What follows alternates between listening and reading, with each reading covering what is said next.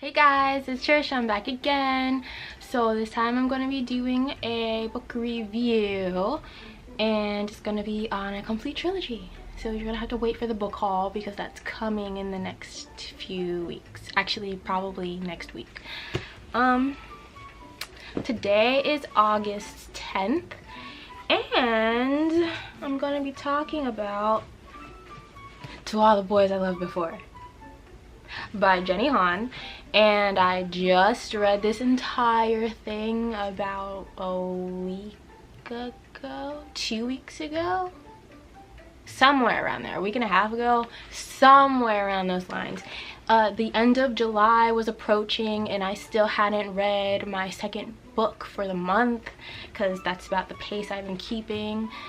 My goal is at least one book a month, and I've been steadily keeping it at 2 a month, and I really got behind due to one of my books, and I was like, I only have 8 days left in the month. Am I even gonna finish my next one within that time? And I had actually saw the trailer for To All the Boys I've Loved Before, and I was like, oh, I've been seeing that book like around everywhere, and I picked it up countless times but never had like the interest in actually reading it.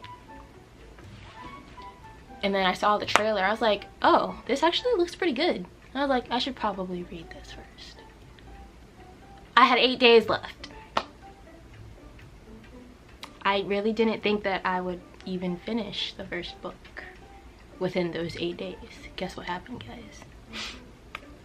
I read the first one in 2 days, and I took 1 day to read the other 2. So for a total of 4 days, I finished all 3 of these books because they were that good. That good. So basically, I love this trilogy. It's so amazingly great. First of all, let's talk about Lara Jean Covey. Lara Jean Song Covey. First of all, I love her name. It's different and unique. I've never heard of anybody ever in my life being named Lara Jean. And you know, the first time I read it, I was like, Lara Jean. And I instantly thought, Billie Jean is not my lover. She's just a girl who thinks that I am the one. But the kid is not my son. Alright, anyway, moving on. That's what I thought of. And then I was like, that's a pretty cool name. And then she was talking about the boys that she wrote the notes to. Not notes, letters. Another thing I appreciate about her. She handwrites letters, love letters, to every boy that she's ever loved. A total of 5. But she doesn't ever like send them to them. It's like for her own personal, like, own personal use, recollection, whatever. Well, she puts it in a hat box, so vintage, and then stores it away in her closet. And yeah, until things go awry and things get crazy. I'm not going to speak much about certain things because that might spoil things for people who haven't read it yet, though I'm most likely gonna spoil something. So spoiler alert will be somewhere in this video. I love how close-knit the 3 sisters are. Lara Jean, Margot, and Kitty, or Kitten, or Catherine. Yeah, Catherine, Kitten, Kitty is sassy as fuck. I kind of hate her, but I like her at the same time. But she's a little 9-year-old bitch. Margot, I straight up just don't like Margot. Margot can stay in freaking, where'd she go? I don't even remember where the hell she went. Switzerland or something. Somewhere over there. I don't fucking care. Anyway, she can go stay over there. So about the boys that she wrote these letters to. Lara Jean wrote these letters to, first, number 1, Peter Kavinsky. Number 2, some kid from summer camp. Number 3, John Ambrose McLaren. Number 4, I forgot his name, but that one other kid that goes to school with them. Number 5, Josh, the boy next door, literally. But the issue is, Josh is dating her older sister, Margot. But you know, when these letters accidentally get sent out to everybody, things get crazy. And Josh figures out that, oh, Lara Jean used to be in love with me. And, you know, in desperate times, you jump into another dude's arms and kiss them right in the middle of the hallway. Of course, that boy's arms just happened to be Peter Kavinsky. I just want to let y'all know that I was rooting for Josh. We were all rooting for you! And then Peter Kavinsky comes in the picture, and then you're like, immediately like, ugh, he's an asshole, I hate him. And then you're like, oh, he's totally using her to get back at Genevieve. And rightfully so, Lara Jean is using him to, you know, throw off Josh. But at the same time, I'm like, no, but you guys belong together, and I'm pretty sure that under certain circumstances in your past, Josh probably liked you too and probably made moves on you, and you probably effed it up. And then you read to the book a little bit further, and then you realize that she did eff it up. You should have just been honest with him, since, you know, Margot broke up with him anyways, and then you could have had your chance. But then, I don't know, maybe you gotta explain this stuff to Margot beforehand, before things happened. Maybe she would have been a little bit more, you know, sympathetic to you in the end, and then things wouldn't have gone so bad between you two. And then, you know, like, Lara Jean's logic just doesn't make sense to me sometimes in this series. But I guess to make a good story, you need to have some stupid decisions put in there. Anyway, so I was rooting for you, Josh. I was really rooting for you, because Peter Kavinsky, I immediately hated. I hated him because just everything about him just screamed douchebag. And then you, like, they're fake dating. Like, they make a freaking contract. A contract that they both must follow, and it's to, like, make everybody think that they're actually a couple, but it's really just to throw Josh off of her Lara Jean's trail and to make Genevieve jealous of Lara Jean with Kavinsky and all that jazz. And like, but it's so cliche, everything, like in books previously made, or TV shows, movies, anything where they pretend to be together, they end up liking each other. I mean, obviously Lara Jean used to like him at some point, and they develop feelings. What? Spoiler alert! Peter Kavinsky actually falls for her. I mean, it was like so obvious. Like, okay, they're hanging out with his friends, and his friends love her and hate Genevieve, and then he's so nice to her all the time, like so flippin' polite. And then there's like little, like he stays at her house to help her bake these cookies. Were they cookies, or were they like I think they were cupcakes. They're cupcakes for Kitty's thing for school, and he really doesn't have to do that, and all he wanted to do was take her to this party that she didn't want to go to, but he stayed to help her bake some freaking cupcakes. Met her father, made a good impression. Father liked him, and all these other cute little things that he does was really sweet for her. Oh, inviting her out to come pick up these 2 chairs for his mom's shop on the weekend, and taking her to an estate sale that she's never been to but always wanted to go to, and like helps her haggle down a price to get this awesome vintage reindeer thing that she wanted to use in her room. And it was like a really cute date, like outing thing. Plus, he brought her donuts that morning, because like Peter Kavinsky is always late, by the way. And then this one particular time, she's like, he's late, I'm so mad at him. And then he picks her up. He's like, before you say anything, this is the reason I was late today. I got you donuts. The further into this book that I got, I was like, oh, Peter's so sweet. Double take. What? Peter is so sweet. What?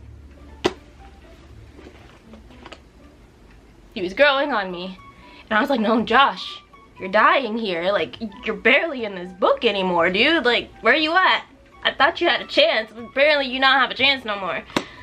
Got to be kicked out of all the song girls' lives. Like, even Katie starts to like Peter Kavinsky. Even the little sister is like obsessed with him. Like, come on, everybody's growing to the thought of Peter. So basically there's a school trip that they go on, and then Peter gets all upset because Lara Jean doesn't sit in the seat with him, which, you know, doesn't make any sense because they're supposed to be dating. And she didn't because she figured, what was the point? We're about to fake break up anyway. But he was actually genuinely hurt. I know why. So later on, he's like being so rude to her when they're on the ski slopes. And she finally gets some bravery. She goes to confront Peter. And he's like, you really don't know why I'm so upset? And then she's like, well, you were supposed to be sitting with me on the bus, and, you know, that's what boyfriend and girlfriend do. And she's like, yeah, but we're not boyfriend and girlfriend and all that jazz and stuff like that. And he's like, yeah, but I also bought these donuts for you, and now I had to share them with Genevieve. And then she's like, oh, well, you still have them? He's like, no, I ate them all. Humor. Anyway, so they're arguing and all that, and then he's like, well, you know what's funny? I think I actually started to like you. Which is great because she started to like you too. And then friction. He walks away, she walks away, then she's in her room contemplating stuff. And then she gets brave and goes to the hot tub where things literally get hot. And yeah, that was a very happy moment in the book because I was like, finally, things are happening. Things that should have happened a long time ago, because I know y'all were getting these feelings for each other a long ass time ago. I feel like this book review is like not going anywhere at all. I'm literally just ranting and rambling because I have nobody to talk to about this book. Yeah. But yeah, it's great. The only thing that I had a problem with is that one, because I did not expect that I was gonna like it so much that I was gonna rush off to buy the next book. So when I got to the ending and they're like not even together for real, she's like writing him another letter, and it says, "Dear Peter Kavinsky." And then that's the end of the book. And I was like, what the fuck? No, this is not gonna fly with me. So I ran back out to Target and I bought the next book. And then I immediately started reading P.S. I Still Love You. Hold on, I gotta skim through this real quick because I honestly don't remember anything that happens in here.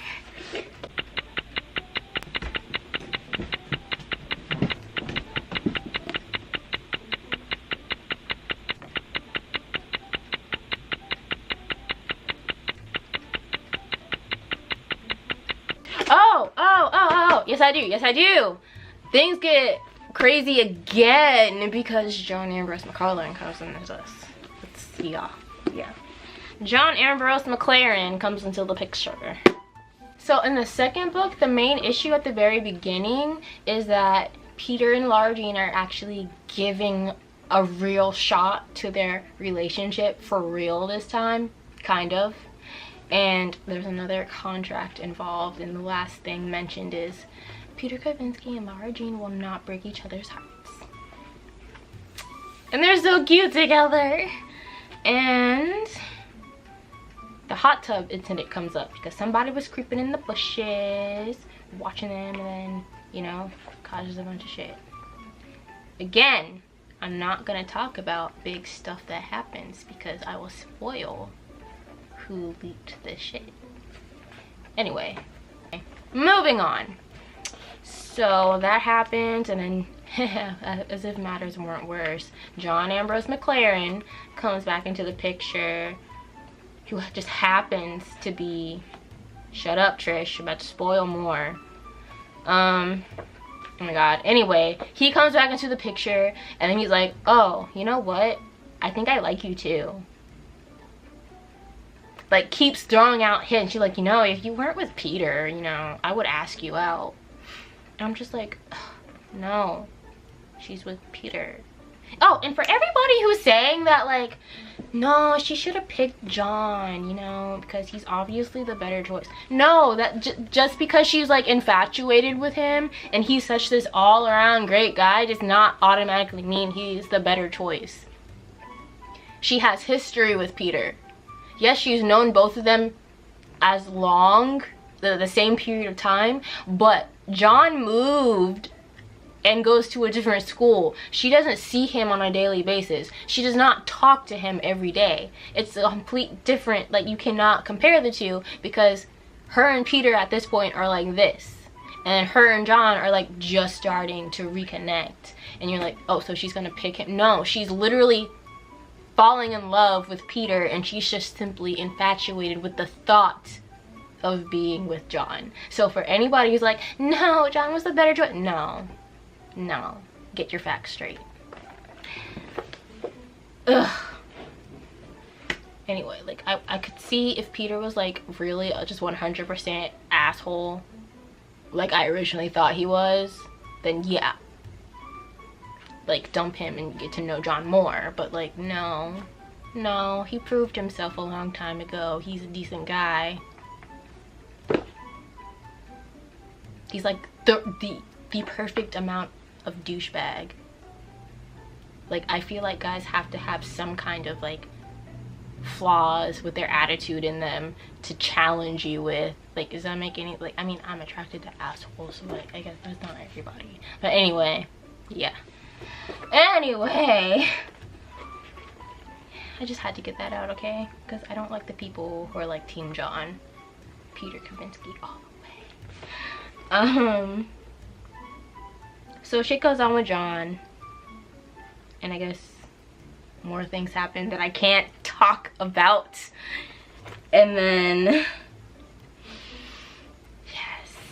so basically, since I can't really talk about what went on in that book, I can't really talk about anything that goes on in this book at all, because that kind of like ruins the entire conclusion. But like, this one has like so much going on in there. There's stuff going on with college, there's stuff going on between Laura Jean and Peter, there's stuff going on with the Song Girl's dad and the neighbor. What else? Stuff with Margot, stuff with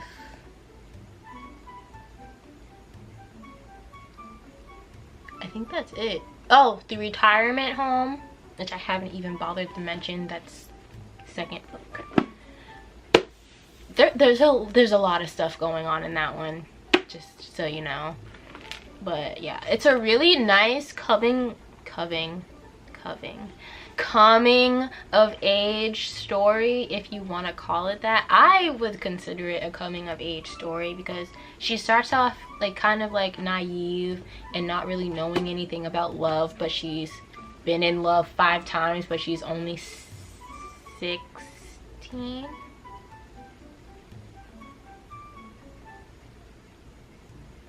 Yes.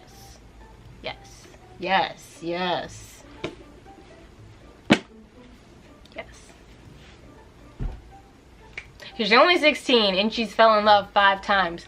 So she really like has to like learn throughout this entire series what love is actually about.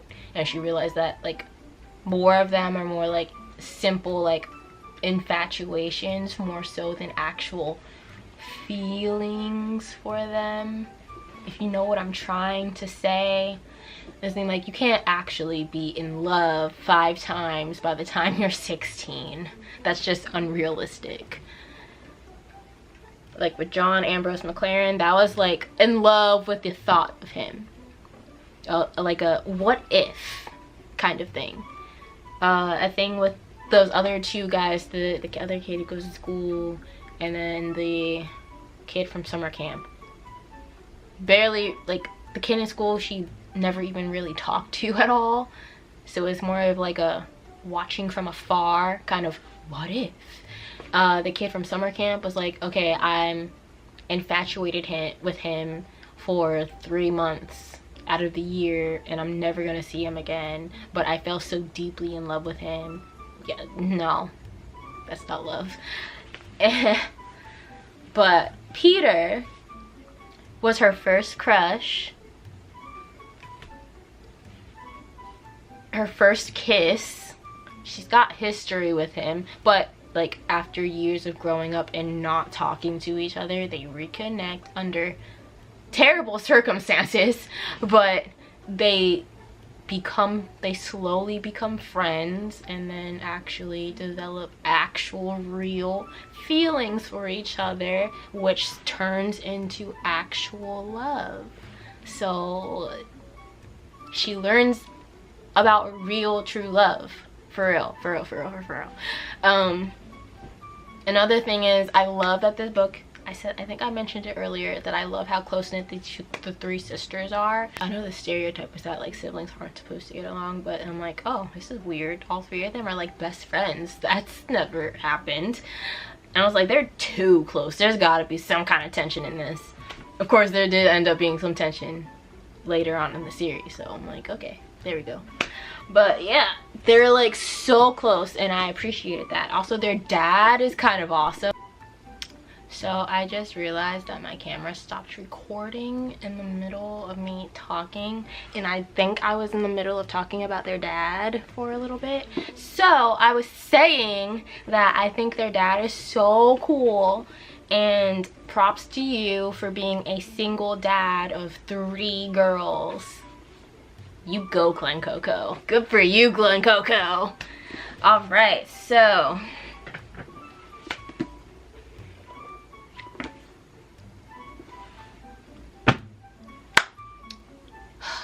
let's talk about Peter Kavinsky.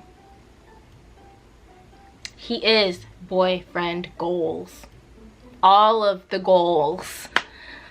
He's thoughtful. He's actually kind of caring when it's important. He is an asshole, which is important to me in the best way. Because I'm talking about like he's not like an asshole for no reason. It's like, I can't explain this. He's an asshole and that appeals to me. Okay, 4. Remember when I said thoughtful? Here are some moments when he completely surprised me. Lara Jean is into vintage and she loves old school movies. She loves what's 16 Candles with 80s star Molly Ringwald. He recreated the cake scene at the end of the movie for her 17th birthday, or was it 18th birthday? 18th birthday on their night. It was so cute. And then he also did their promposal as the scene, I've never seen it, but Sleepless in Seattle, apparently there's a scene with a teddy bear. I have no idea what it is. I'm gonna have to watch this movie just to know what the reference is. But he recreated a scene from her favorite movie as her promposal, and it was so adorable. And he did it in New York on their class trip, which makes it even better. And I love New York. Oh, and he also like snuck out in the middle of the class trip to get her a cookie from the bakery she's been dying to try, because she must know the secret to making the best chocolate chip cookie in the entire world. Yeah, so basically, I mean, I can go on. Peter Kavinsky is just goals, okay? He's like perfect. So the movie for To All the Boys I've Loved Before comes out in 7 days. So next Friday the 17th. And I can't wait. So I'm actually going to be reading these over again, so that first of all, the first book is at least fresh in my mind, so I can make comparisons between the book and the movie. I already pointed out one huge difference from the trailer alone, which I'm really upset about, but I'm gonna mention it later when I make a comparison video. Comparison, reaction video, whatever you want to call it. But yeah, I'm excited for the movie. I'm so excited. I can't wait to see it. And I'll see you guys again. And this was a terrible book review, but you guys should totally read the book. You should totally read all 3 books because they're amazing. I swear you'll be addicted. And like, if you're into like young adult fiction with love triangles and all that, and like coming of age stories, and like the character really finding themselves and learning things about themselves and other characters throughout the entire thing, this is for you. If you're like dark and soulless inside, don't read it. Yeah. If you hate love, don't read this. Okay, so anyway, thumbs it up if you like it. If you don't, get off my channel. Some see me again, click that subscribe button and hit the notifications if you want more. Bye guys.